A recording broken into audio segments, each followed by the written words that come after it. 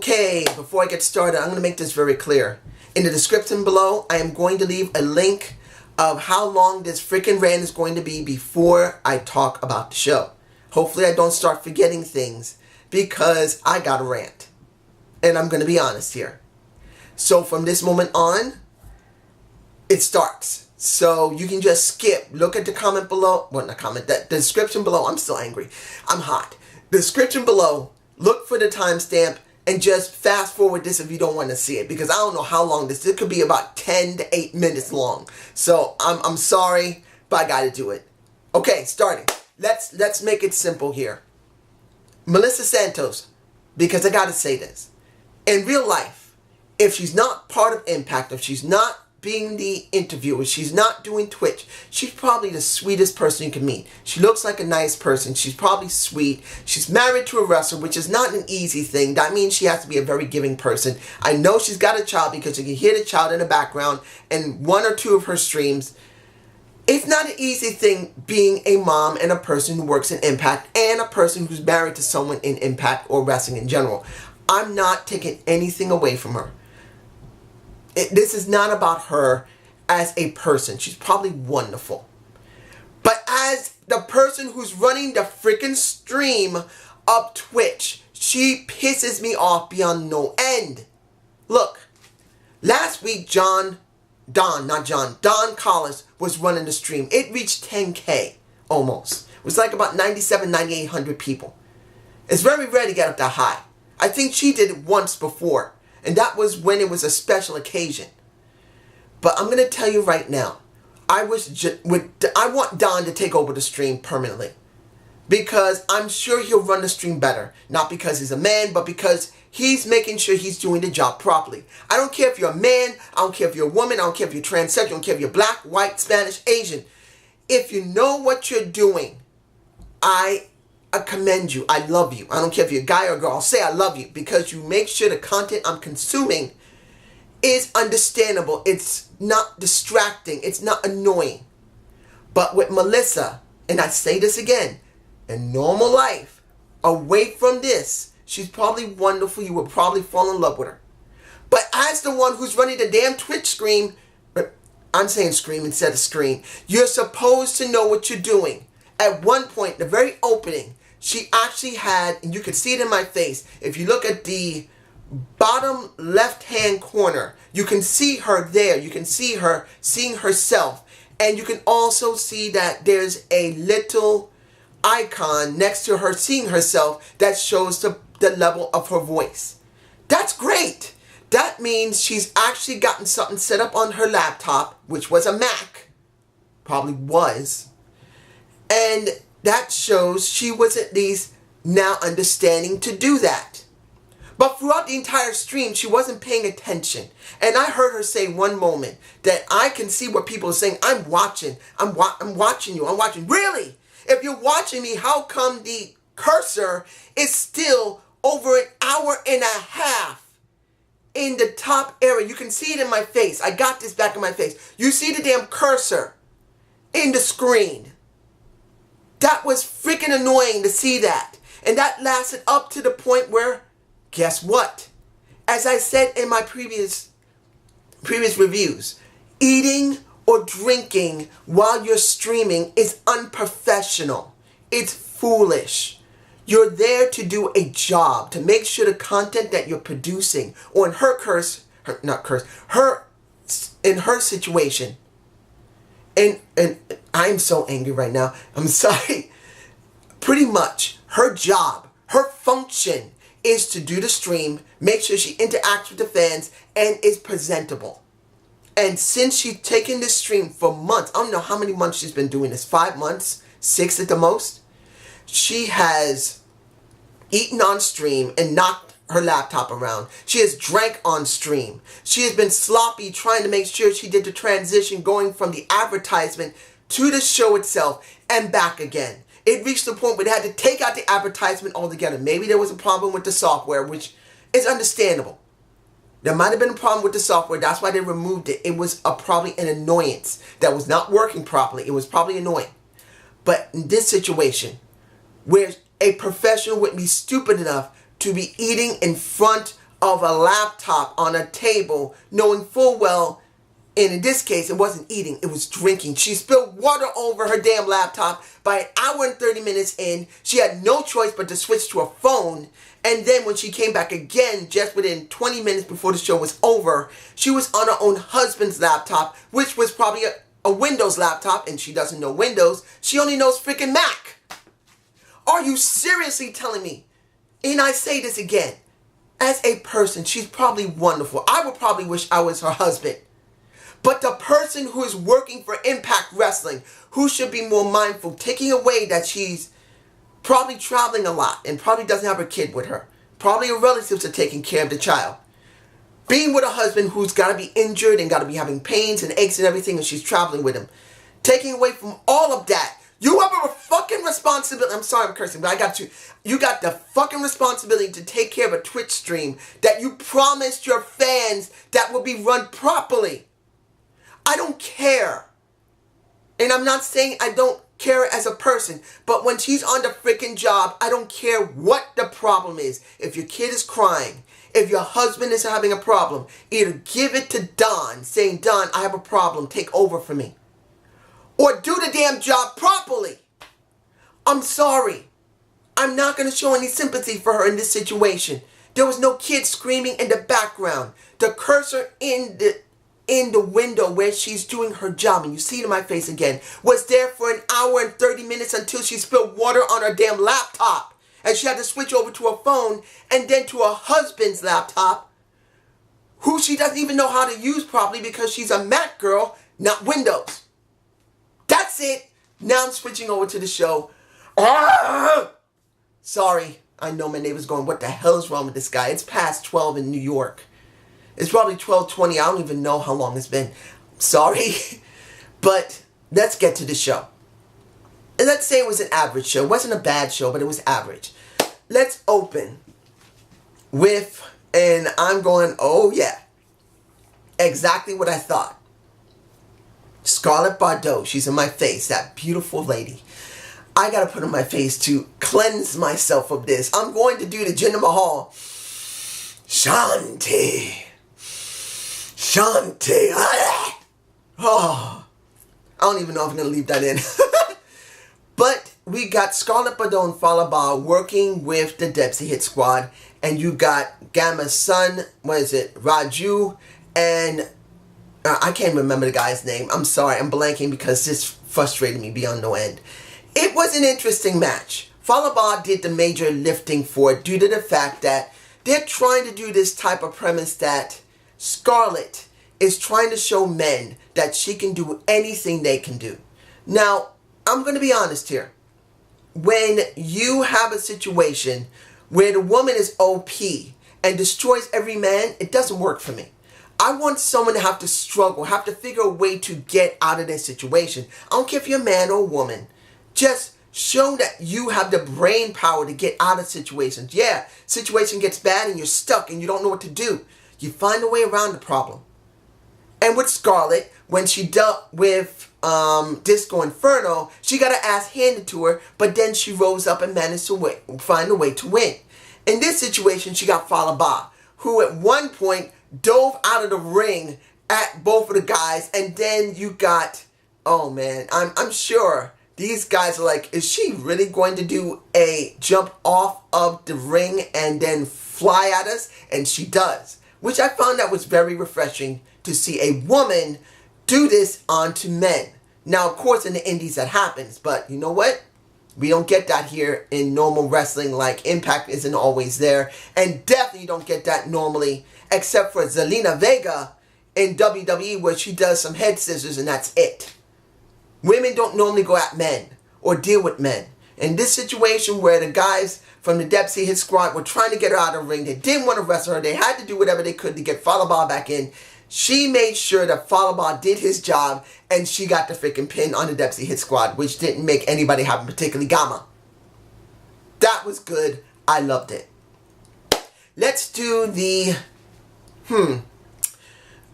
Let's go to Moose versus Dez. Let's make this very clear. I flat out don't have any interest of the Rascals dealing with Moose. I didn't. I enjoyed seeing Dez. Dez, out of all three of these guys, I believe is the most talented. He just has it. I truly do believe he has it. I just don't know if he can talk, because they rarely show him talking except for these silly moments when he's working with the Rascals. And I would love to see him talk. I would love to see his ability if he can, because he's an amazing guy in the ring. Yes, he's doing a lot of high flying, and I'm not a big high flying guy, but I can appreciate when someone does it correctly. High flying has to be done correctly, and the guy does it very well. Mind you, in this match, it wasn't exactly done right, because I think Moose boxed a couple of times and Dez boxed a couple of times. It was still a good match. But then you have, at the very end of it, you got Trey and Wiz, I believe his name was Wiz, whatever. They cheat to get Dez to win, because pretty much they didn't stand a chance against him. And understand this. Guess who's the good guy in this? Moose is the good guy, because those three basically teased him that he couldn't get anywhere with Melissa Santos, incredible reporter and interviewer.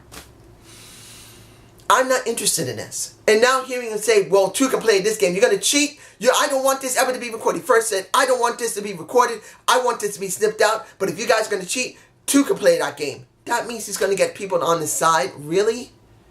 Are you really going to do this? It's bad enough that you're not doing anything substantial with the Rascals. You don't give them in-ring segments. You don't give them any type of feud other than this, which was only to tease Moose on not being able to get Melissa. They deserve better than that. It's not a good storyline. So now what are they going to do? 6-on-6? I mean, 6-man tags now? It just feels wasted. Let's move on to Tommy Dreamer versus Mad Dog Fulton. Finally, I remembered his name. Was this a good match? I can't say yes or no. When it comes down to, you're dealing with a Tommy Dreamer who's not in his late 20s or 30s or 40s. The guy is nearly my age, or he is beyond my age. I'm nearly 48 years old. I will be 48 this year. He's got to be my age or slightly above or below my age. He's either nearly 50 at 49 or 50, or he's 47 or 46. He's not in great shape. Doesn't mean he isn't in good shape, but he's not in great shape. And he's going up against a really big guy who doesn't seem to be very great in the ring yet. I don't think Mad Dog Fulton is there yet. Now, it could be because of the character that he's portraying, that he's completely wild and uncontrollable, and he's just sloppy in the ring on purpose. But as it stands, he just didn't feel like he was there for me, personally. Now, like I said, this could be just a character that he's doing, and he's purposely messing up, and purposely looking like he just can't wrestle, and he's just crazy. But there's got to be some points where you show some really good wrestling ability, and I just didn't see it. In the end, what happened was that Tommy tried to nail him with a kendo stick, and he promptly got his ass handed to him. Then, after he destroys him and he starts trying to rip his nose off, you got Willie Mack coming out to try and save a Tommy Dreamer. Gets nailed. The rest of OVE comes out. Then you got the Rick Swann, who should be a heel right now, come out trying to save them, and they wipe them out. I just don't really care that much about this storyline. I'm sorry. I wanted to see a heel turn on Richard Swann.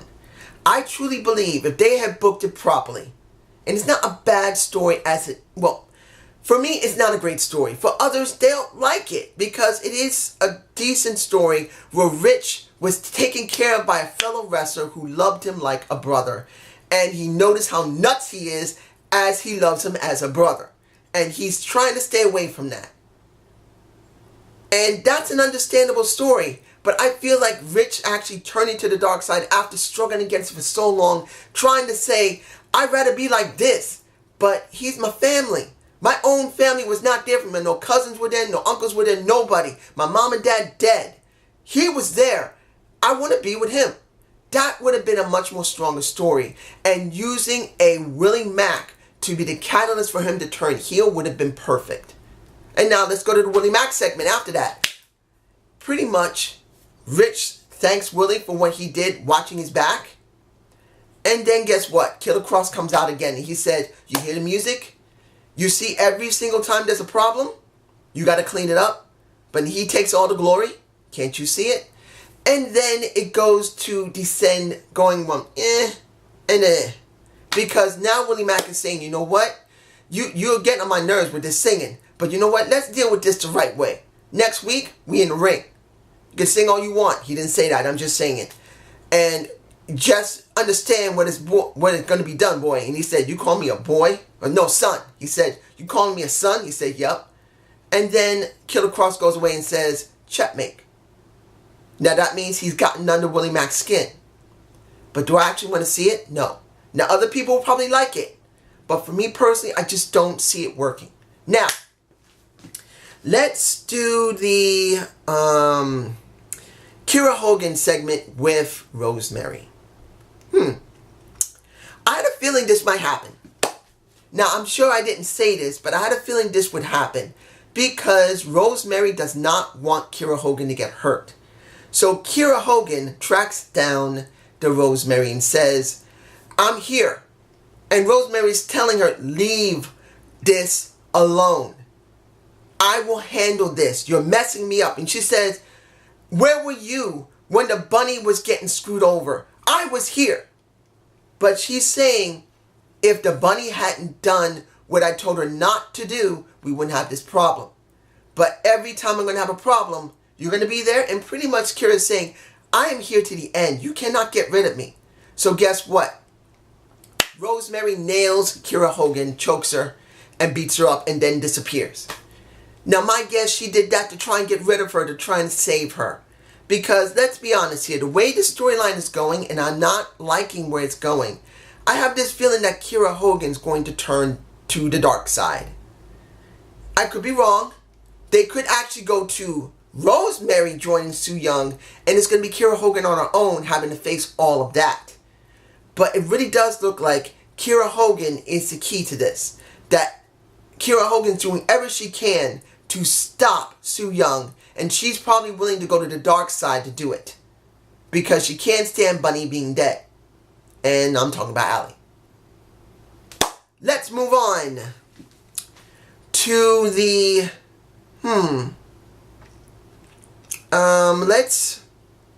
Let's do this now. The Tessa Blanchard angle. Tessa for lunch. Oh, that sounds good. Tessa for lunch. Let's get it simple here.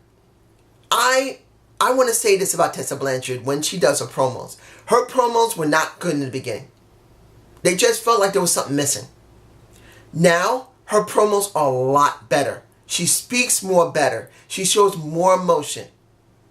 And to be honest, if I got to compare her to someone who's similar to herself, and that's a second generation superstar and a, guess who? Not Sasha Banks, not Bayley, but a Charlotte, and I think I have her in my face. She's better than Charlotte. She's better than Charlotte in her promo work. She's better than Charlotte actually showing emotion. Charlotte does not show very good emotion. She tries, and sometimes she hits the mark. Sometimes. But in general, she misses a lot. It's usually up to the other person to cover for her. She just sounds very monotone. And there are moments when she goes out of that monotone attitude and sounds good. But she's generally monotone. Boring. And here, Tessa's not boring. She went into a restaurant owned by Gail Kim's husband, tore the sucker up to try and look for him, and pretty much pisses off everybody in there. Then you got Gail Kim afterwards, and she's being interviewed by Melissa. And she says, how do you feel about what just happened? And she pretty much says, and that kind of makes no sense. There is an issue there. How do you feel about your husband's restaurant being trashed? That was written badly for Melissa. It should have been, hey, I just found this out, Melissa. And could have surprised, well, surprised her more better. Let me explain it in this respect. Let's say Melissa was on the phone getting information, and she found out just now by the producer that we just had a camera over there, and they just said that Gail Kim's husband's restaurant, or one of them, was trashed.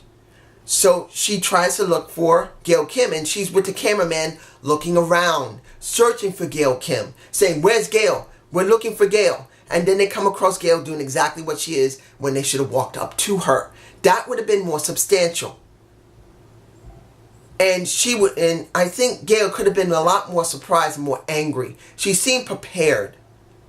And that's where it was a mistake. I think what should have happened was, if you're going to do it right, like I said at the very beginning, Melissa was told, then she starts searching for Gail. She finds Gail. She just gets on the phone and says, or doesn't even have to have a phone, she's told that her husband's restaurant has just been trashed. And then she gets on the phone, and then she starts talking, and then she goes behind the door that she was in front of. I think that would have, but that's just me. I think that would have been a lot more effective. Now, the Johnny Evil interview with the investigative reporter, I keep forgetting the guy's name, so I'm not even going to try. The thing that I liked is that Johnny just made it work. When he acts like a bad guy, he's way more interesting. As a good guy, he's very boring.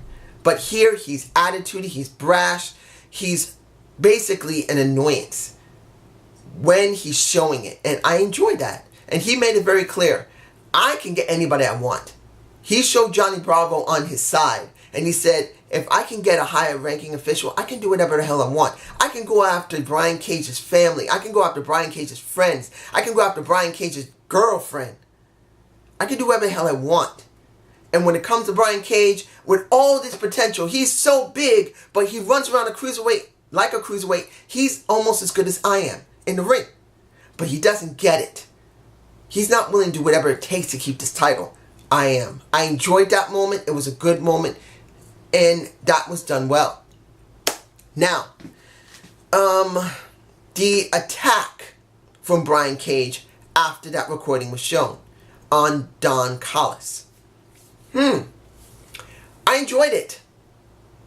It made sense. He sees that.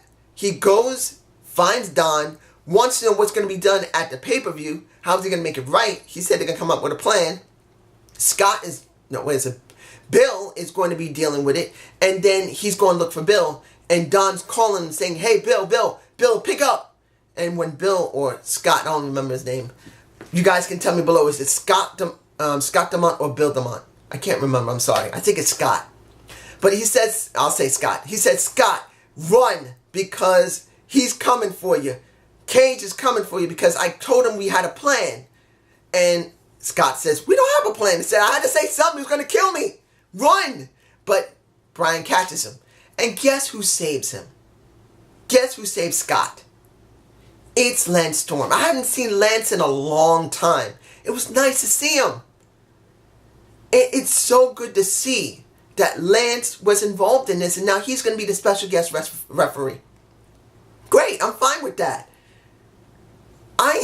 Well, if I remember correctly, Taya's been trained by Lance.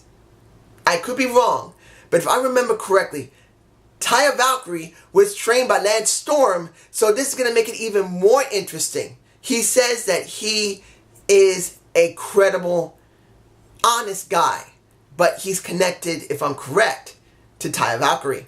So now, we're going to have something interesting at the pay-per-view.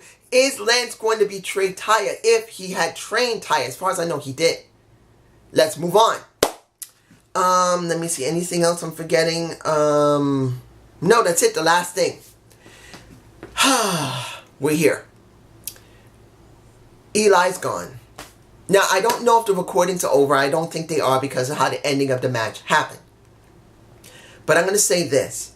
Eli and Eddie versus the Lucha Brothers wasn't a bad match. It was decent. It was good. We got near the end of that match, and LAX comes to try and stop them. Try to beat them up, and that's the Lucha Brothers. To try and just get them because they can't stand them. They weren't trying to help Eddie and Eli, they just wanted to get them. But in the end, guess what? The Lucha Brothers still win. And by the end of it, once they catch up with LAX, they start fighting with LAX. You have Eli and you have Eddie in the ring. And here's the thing that is nice but then hurts me so bad. Eddie takes Eli, takes his hand, helps him up, I guess, and if I'm remembering correctly, and pretty much says, it's okay, we gave our best, it's cool. Eli and Eddie hug, but then Eli beats the crap out of Eddie and beats him up with Kenny, and now Kenny is belonging to Eli. So Kenny is now with Eli instead of Kenny being with Eddie. Now their feud begins, but here's the problem. Eli's no longer with the company. Now, I made that mistake last week. Someone reminded me because I did remember hearing it before by Andre Corbell. So if Andre's here, how you doing, dude? But I'm telling you, I forgot all about it. And last week, that pissed me off that I forgot. I didn't forget it this time. And the problem here is that Eli is no longer there. We know what the outcome is going to be. And it hurts to know that Eli, who re-signed, if I remember correctly, like 6 or 8 months ago, I think. I don't remember correctly, but when he signed. But he re-signed. And now he's gone. It just sucks. But anyway, here's my review of Impact. Tell me how you feel below about Impact Wrestling. And I understand if you didn't want to see the rant. I had to pour that out of me. I was so angry. And like I said before, Melissa Santos, probably a sweetheart in real life. You want to meet her, you want to marry, you want to love her, you wish you were Brian Cage. But when she's working and doing her job, she's pissing me off. But that's just me. Have a good day. Have a good night. Peace!